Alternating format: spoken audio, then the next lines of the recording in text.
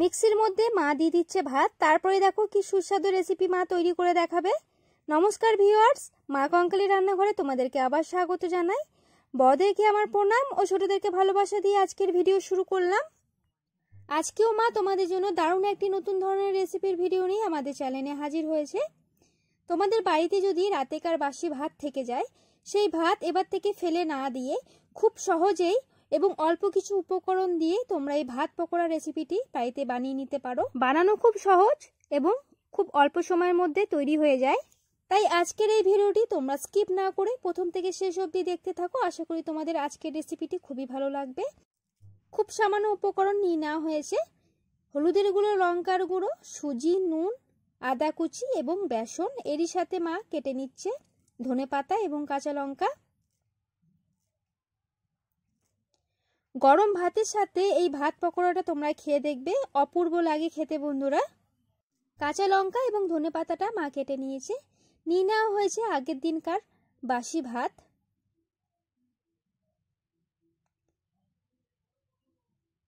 ভাতটাকে এখন মিক্সির মধ্যে দিয়ে ভালো করে ব্লেন্ড করে নেবে।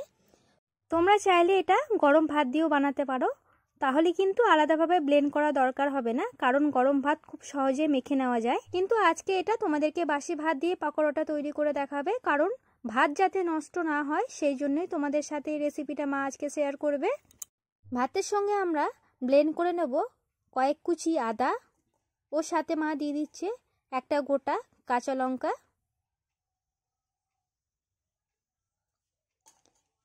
এটা খেতে যাতে টেস্ট হয় সেই জন্য মা দিয়ে দিচ্ছে ধনেপাতা কুচি ও সামান্য অল্প গোটা জিরে।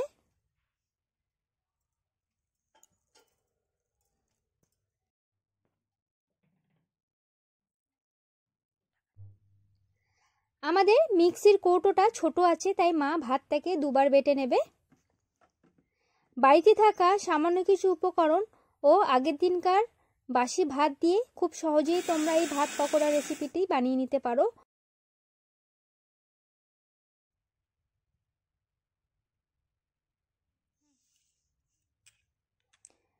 আমাদের বেটে নেওয়া হয়ে গেছে। মা কড়াইয়ে তেলটা গরম করতে দিয়ে দিচ্ছে। এরই মধ্যে একটা বাটির মধ্যে মা বেটে নেওয়া ভাতটা ঢেলে নিচ্ছে।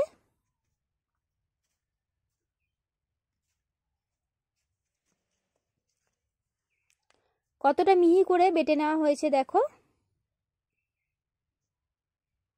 এটা বাটার সময় তোমরা কিন্তু খুব বেশি জলের ব্যবহার করবে না। দিয়ে দিচ্ছে হাফ বাটি মতন সুজি,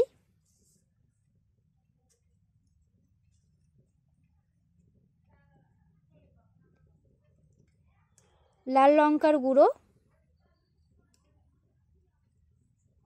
ঝালটা তোমরা নিজেদের পছন্দ মতন দিতে পারো। দিয়ে দিচ্ছে পরিমাণ মতন নুন,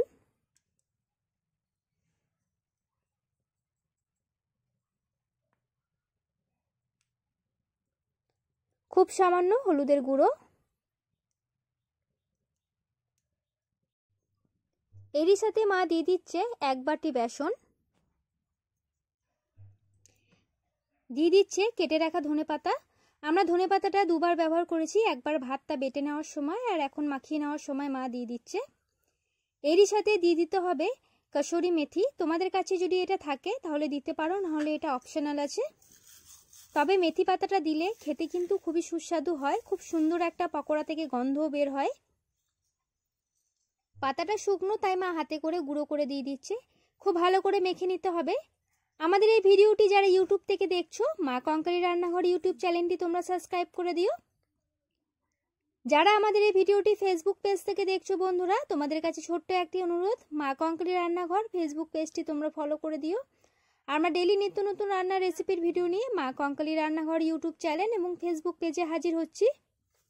মাখার সময় একদমই জলের ব্যবহার করবে না, খুব টান টান করে এটা মেখে নেবে, কারণ ভাতের মধ্যে আগে থেকে জল থাকে, তাই জল দিয়ে মাখলে পরে এটা কিন্তু খুবই নরম হয়ে যাবে। মেখে নেওয়া হয়ে গেছে। মা এখন তেলের মধ্যে দিয়ে দিচ্ছে। গোল গোল করে ফুলুরি যেমন ভাজে ঠিক সেরকম ভাবে মা ভেজে নেবে। এই ভাত পকোড়া রেসিপিটা তোমরা যদি কাউকে না বলে খাওয়াও, কেউ ধরতেই পারবে না যে এটা ভাত দিয়ে তৈরি। খুব বেশি টাইমও লাগে না এটা ভাজতে।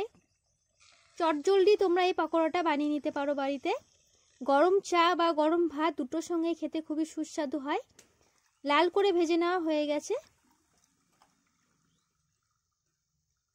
মা এবার নাড়াচাড়া করে তেল থেকে তুলে নেবে।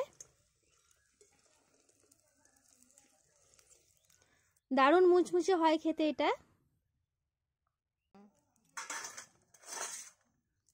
কতটা মুচমুচে হয়েছে তোমরা দেখেই বুঝতে পারছো।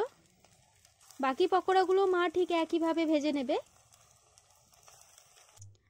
আজকে তোমাদের ভাত পকোড়া রেসিপিটি কেমন লেগেছে তোমরা কমেন্ট বক্সে অবশ্যই জানিও বন্ধুরা।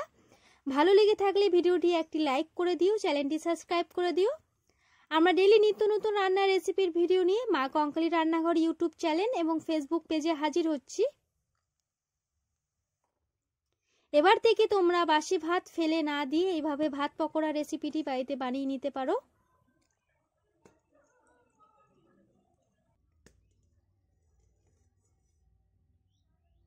সুজিটা দেওয়ার জন্য কতটা সুন্দর লাগছে দেখো। আমাদের আজকের রান্না প্রায় শেষের দিকে। আজকে তোমাদের বাসি ভাতের পকোড়া রেসিপিটি কেমন লেগেছে কমেন্ট বক্সে অবশ্যই জানিও। সমস্ত পকোড়াগুলো ভেজে নেওয়া হয়ে গেছে। এটা তোমরা সস, চাটনি, চা, গরম ভাত সবার সাথে খেয়ে দেখতে পারো, অপূর্ব খেতে হয়। এই ধরনের নিত্য নতুন রান্নার রেসিপির ভিডিও পেতে মা কঙ্কালী রান্নাঘর চ্যানেলটি সাবস্ক্রাইব করে দিও বন্ধুরা। আজকের মতন ধন্যবাদ। হাজির হব পরের দিন নতুন কোনো রেসিপির ভিডিও নিয়ে।